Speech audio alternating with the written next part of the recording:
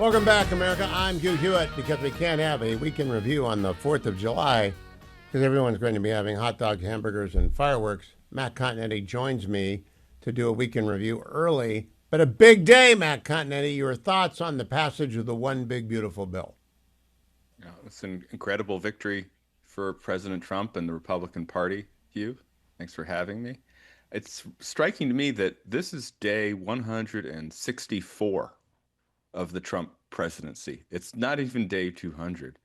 And yet he's been through, I think, in the past several weeks, one of the most extraordinary runs an American president has ever had, ever enjoyed. And so it leaves an observer like me kind of saying, what's next? I mean, there's still 3.5 years left in his term, and he's already achieved so much. So it's a sight to behold in a day where I think Republicans and the country should be happy because of the foremost thing the One Big Beautiful Bill does is prevent an epic tax hike that was awaiting us at the end of this year. We don't have to worry about that ever because the income rates that were established in 2017 are now permanent law. And so if the Democrats want to change them, they're going to have to campaign affirmatively on a tax increase, which is very different than saying we want to let the Bush tax rates lapse, for example. Walter Mondale tried that in 1984. It didn't work Yep. out very well. So I wanted to, spurred on by your column in the Free Press, which was a wonderfully titled Peak Trump, going over his objectives. I went back and looked at the first 6 months of every presidential term since Jimmy Carter. Carter pardoned the Vietnam draft evaders. That was it. President Reagan had a pretty good 6 months. He freed the hostages from Iran. He survived the assassination. He fired the Patco people. He passed tax cuts. Justice O'Connor got confirmed.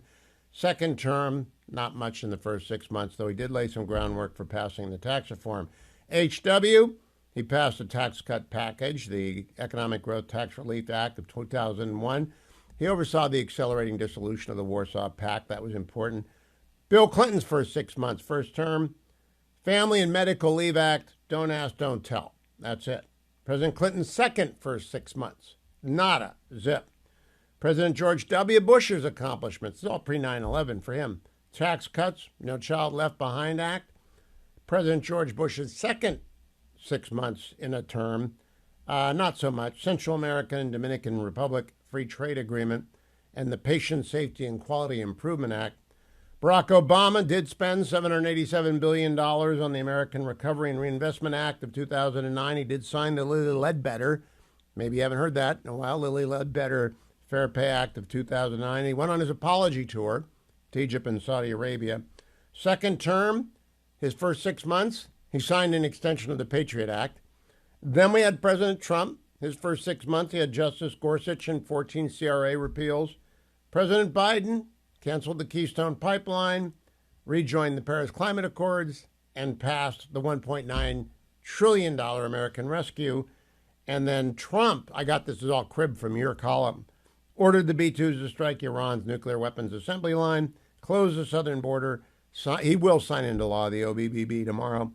Reset the global trading order, installed the 10% baseline tariff, killed the DEI and CRT movement, restored women's and girls' sports, negotiated a new NATO defense spending goal, pursued aggressive litigation for major wins at SCOTUS, and imposed penalties on anti-Semitic campuses. By the way, he also oversaw a peace deal between Rwanda and the Democratic Republic of Congo. How do those 6 months compare, Matt?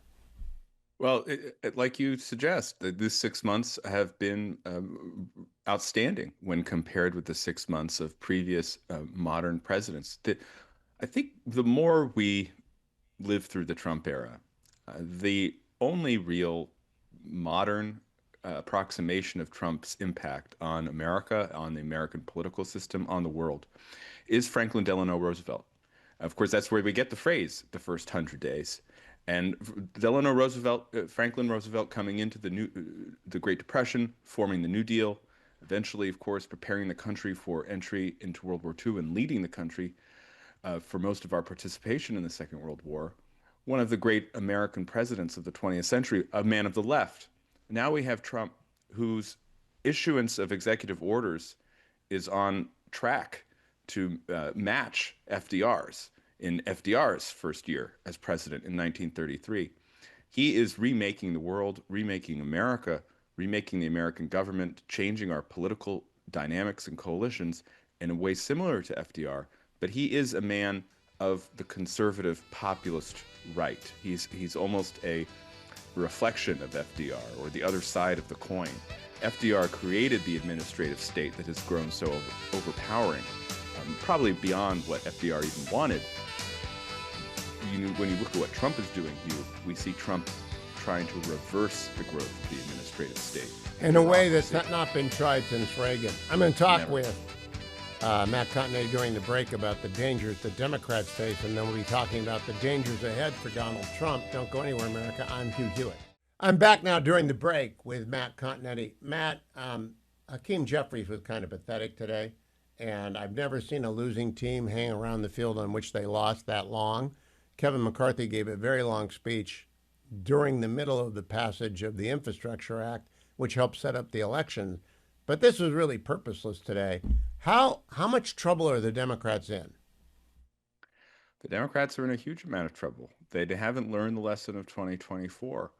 You see the Democrats responding to Trump's election, second election, the first 6 months of his term, defending illegal immigrants like Kilmar Abrego Garcia, attacking ICE agents, apologizing for violence in the streets of Los Angeles over the issue of immigration, nominating I don't even want to call him a democratic socialist. He's a Marxist-Leninist, Zoran Mamdani, for the Democratic nomination of the mayoralty of New York City, America's largest city.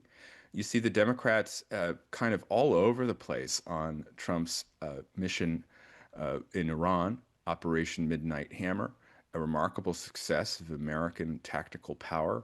And the Democrats haven't known what to say. There are only like 4 Democrats who have said, yes, this was a good thing that Donald Trump set back the Iranian nuclear program for years. It's incredible that you can count them on one hand.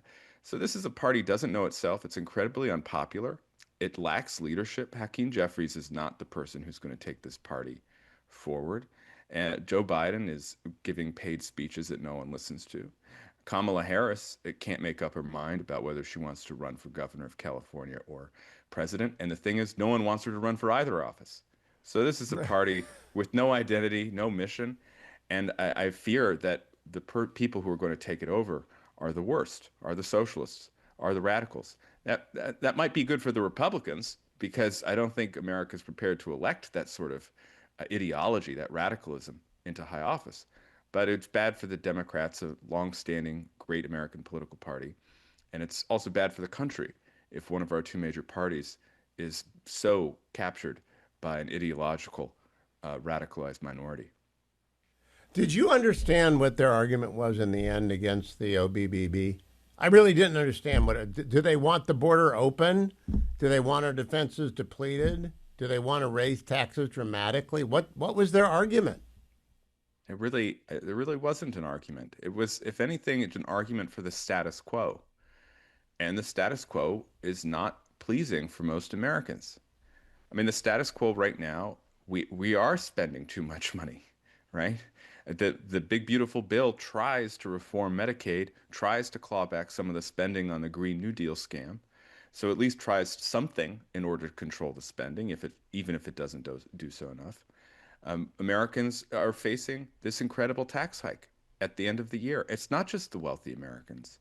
It's all people who pay income taxes would see their taxes rise if these tax cuts were allowed to lapse. Now they're not. The Democrats were arguing for a tax increase.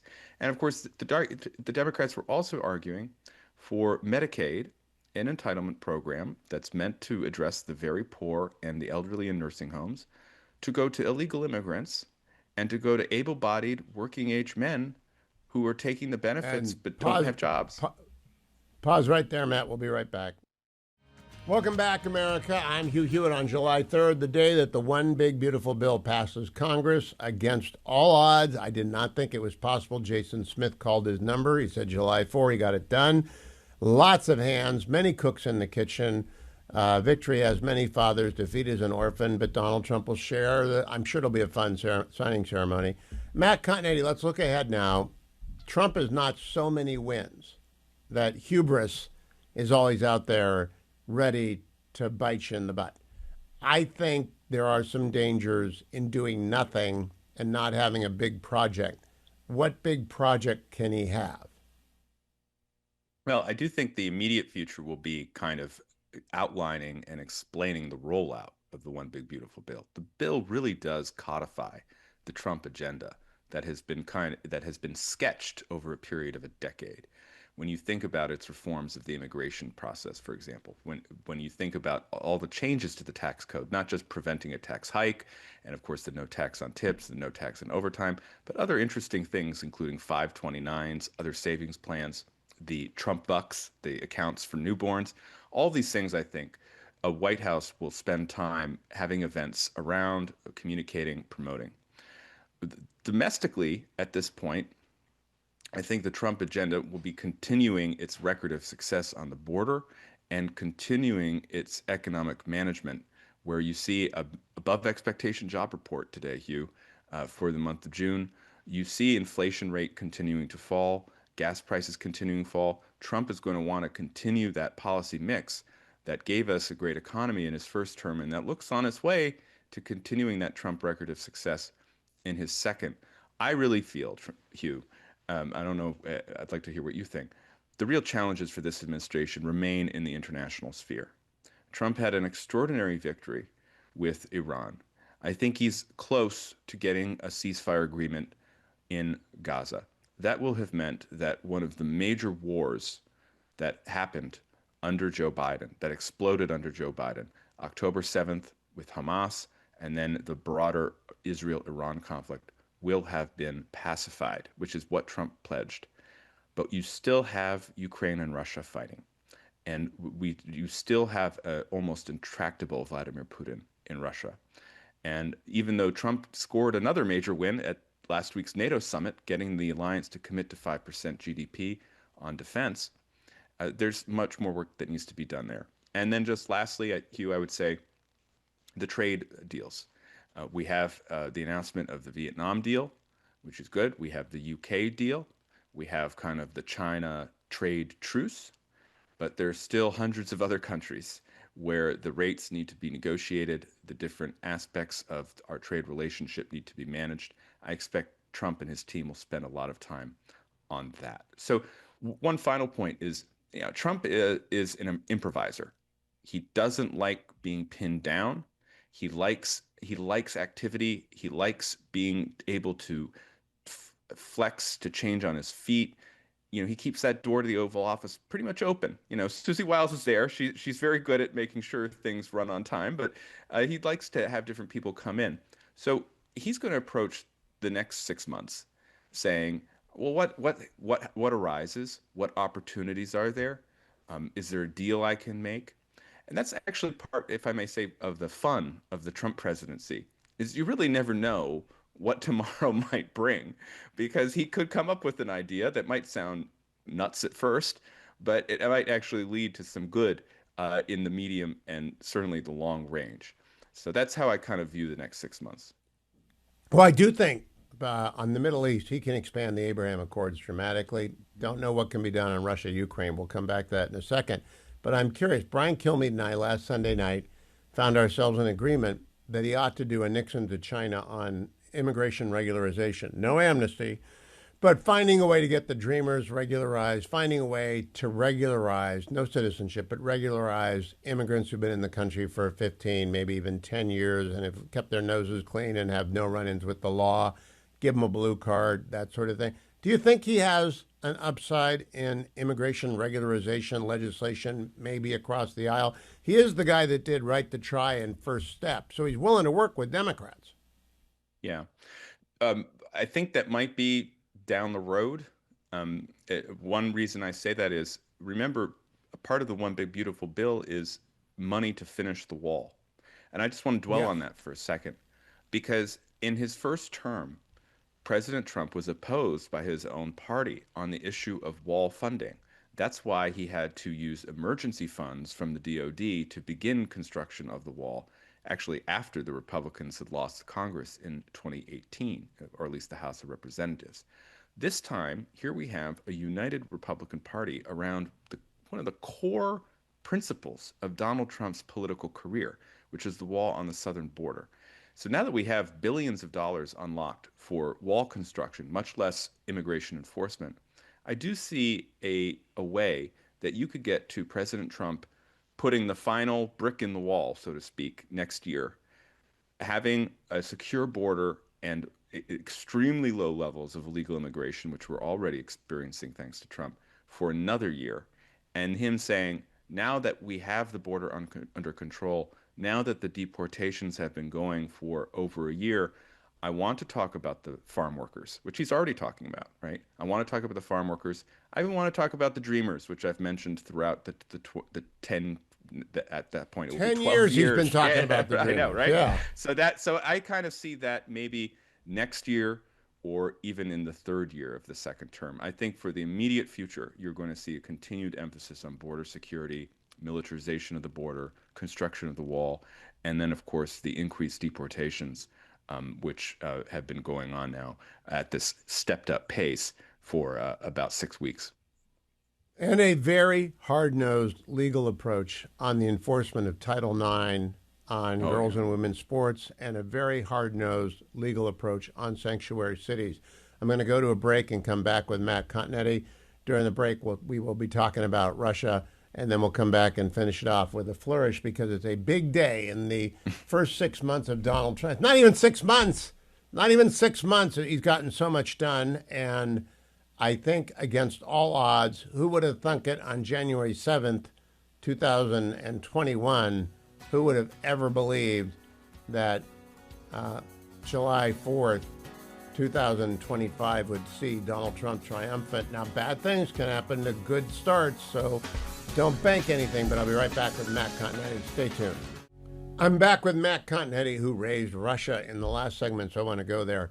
On the Air Force One trip to NATO last week, President Trump made a joke. He said, Putin has offered to help you out. And he said, I don't need help with you in the Middle East. I need help with you, Vladimir Putin. And he talked to him again today. Look, I thought he had a good meeting with Zelensky. I was an optimist that he would help Ukraine survive, and I think NATO's going to help Ukraine survive. But I don't really have any hope that Putin's going to change, do you? No, not at all. And in fact, the speech that Putin gave last week, where he essentially said all of Ukraine in his mind is Russian.